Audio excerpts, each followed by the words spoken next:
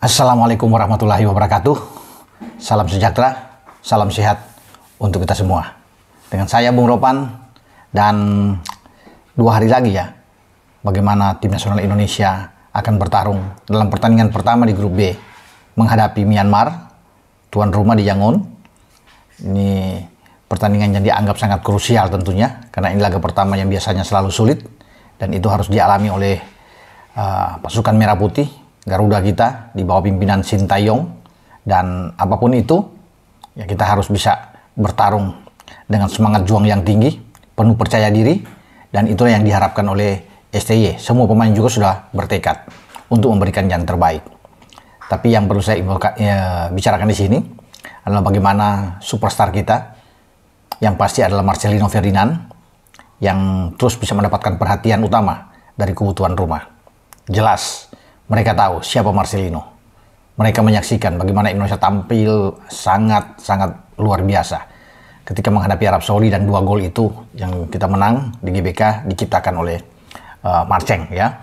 Dan pasti rekaman Marcelino terus diputar oleh pelatih mereka, ya ini Mio Lengwin, dan dia terus akan memberikan instruksi kepada pemain-pemain dia untuk tidak memberikan ruang terhadap Marcelino, karena ini dianggap pemain Indonesia paling berbahaya. Memang bukan striker, tapi justru posisi Marcelino berdiri di belakang 2 striker kita. Siapapun yang dimainkan oleh STY, mau Rafael Struijk, Hoki Caraka, ada Ronaldo Coates juga dengan Rafael Struijk, atau Struijk belum dimainkan karena konon kabarnya baru akan datang tanggal 8 ya, besok. Dan mungkin saja Ronaldo Coates dan Hoki Caraka masih punya juga rekan kakak yang dimainkan. Tapi Marcelino sosok yang paling diburu oleh lawan. Dan konon kabarnya Lengwin sebagai pelatih yang baru September lalu dia menangani Myanmar, itu akan menyuruh salah satu pemain terbaik yang bermain di Liga Thailand, di Lampun Warriors, yaitu Maung Win. Menarik, karena ini pemain abroad mereka melawan pemain abroad kita yang ada di Oxford United kan, di Liga Championship. Nah, Maung Win ini akan mungkin bergantian, tidak akan selalu dia yang akan memburu Marcelino, tapi ada satu pemain lagi mungkin yang coba dipasang oleh Lengmin. Itu adalah mungkin pemain tengah mereka. Kalau bisa dilihat di sini ada Miat Kaungkan dan Naimo Naing. Ya, itu salah satu di antara mereka. Tapi yang menarik tentunya kita akan lihat adalah duel head to head antara Marcelino dan juga dengan Maung Win. Ya, ini yang kita akan tunggu. Tapi saya merasa bahwa Marcelino masih muda, 20 tahun, tetapi kualitas Marcelino di atas Maung Win. Dan bukan tidak mungkin ketika Marcelino mendapatkan pengawalan, ruang gerak dia dipersempit oleh lawan, maka dia akan merasa tertantang untuk membuktikan kapasitas dia, kelebihan dia sebagai anak muda bertalenta yang luar biasa, yang sudah bermain di level atas di timnas senior. Jadi dia tidak pasti akan merasa gentar ya atau was-was. Dia udah terbiasa bermain dengan pemain-pemain top. Pemain Jepang dia berhadapan bisa gitu kan dengan mungkin Australia, apalagi di U23. Dia tampil luar biasa di Qatar. Dan juga kemarin dengan Arab Saudi, dia boleh bertarung di tengah dengan Nasser Al-Dosari, ada Muhammad Kanu. Dia biasa-biasa aja, padahal ini kan pemain-pemain yang tampil oke ketika melawan Argentina di Piala Dunia. Tapi Marcel penuh percaya diri. Itulah yang akan ditampilkan nantinya di saat STY akan memasang dia untuk bermain melawan Myanmar. Apapun yang ditampilkan oleh pelatih Myanmar, Marcelino tidak akan pernah takut. Ya. Dan ini akan jual beli serangan yang terjadi. Lebih bagus saya pikir mereka mengikuti Marcelino. Karena ini kan bisa menjadi kerugian buat mereka. Dengan kartu kuning, bahkan mungkin kartu merah ketika mengambil Marcelino. Pasti akan ada upaya-upaya untuk mencegat, ya, menghadang kemana Marcelino berada. Yang saya bilang tadi secara bergantian itu di antara pemain-pemain Myanmar. Ini bagus bagi Marcelino. Ya, dengan teknik, kualitas yang oke, kemampuan dia, saya rasa ini juga berbahaya buat lawan untuk mendapatkan peringatan dan kartu. Dan itu harus dicari oleh Marcelino. Ya, pasti dia akan mendapatkan tackle-tackle keras dari lawan. Tapi Marcelino adalah pemain yang cerdas, ya, karena dia sangat berpengalaman di usia muda, tapi sudah bermainnya tingkat kedewasaan bermain itu sudah terlihat di tim senior.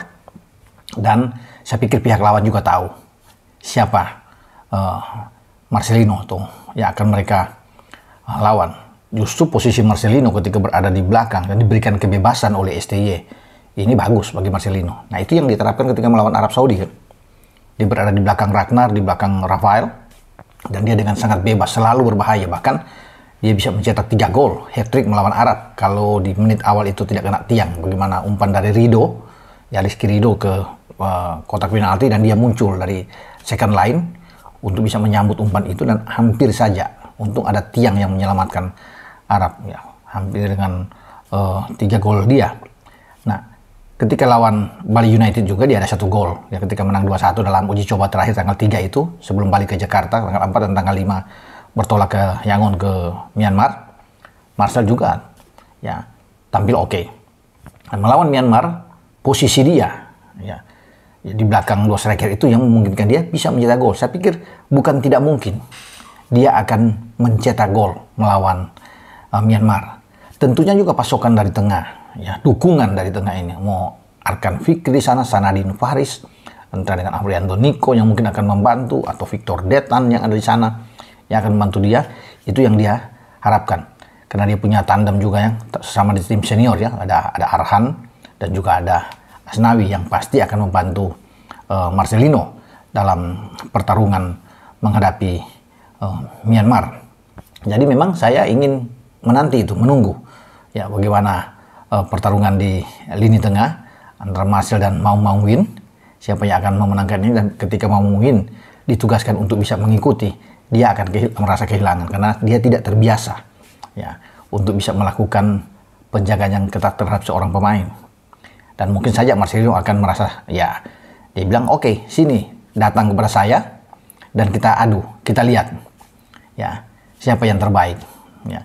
Karena Marcelino saya pikir akan unggul dalam hal bagaimana dia dalam menahan bola, dalam melindungi bola, teknik permainan dia yang oke, dribbling dia, penetrasi ke dalam kotak penalti, ini sangat smart, sangat baik. Dan pasti pemain-pemain Myanmar akan kewalahan untuk bisa menjaga, karena posisi dia ini kan lebih apa ya, free, ya. Dia bisa bergerak di sisi kiri, di sisi kanan, dia bisa muncul secara tiba-tiba ketika mendapatkan umpan panjang ke dalam kotak penalti, ke bola-bola daerah lawan. Nah, itulah yang diharapkan oleh Marcel dalam pertandingan melawan Myanmar. Ya, doa kita bersama tentunya buat anak ini sehingga dia tampil baik dan tidak mengalami cedera.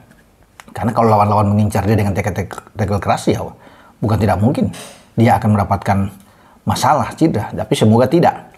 Ya, karena kita butuhkan Marcelino dalam pertandingan-pertandingan ke depan. Setelah Myanmar masih ada Laos, akan bermain di Manahan Solo. Kemudian yang paling penting adalah kita bertarung di Stadion Fitri di markasnya Vietnam pada tanggal 15 Desember. Itu yang ditunggu-tunggu oleh banyak orang. Makanya Marcel harus tetap bugar, harus fit dalam setiap pertandingan. Karena selalu dia akan menjadi pusat perhatian dari lawan. Karena di mana dia berada, lawan akan tahu bahwa Marcel ini perlu untuk diredam. Wajar memang, karena dia adalah pemain yang baik, tapi Marcelino juga punya cara, punya akal sendiri untuk bisa melepaskan diri dari sebuah tekanan terhadap dirinya. Oke, dengan saya, Bung Ropan, berbicara soal Marcelino, dan saya masih punya keyakinan bahwa bukan tidak mungkin ketika lini depan kita terisolasi, maka jalan keluar solusinya ada di Marcelino. Semoga. Dengan saya, Bung Ropan. Ciao.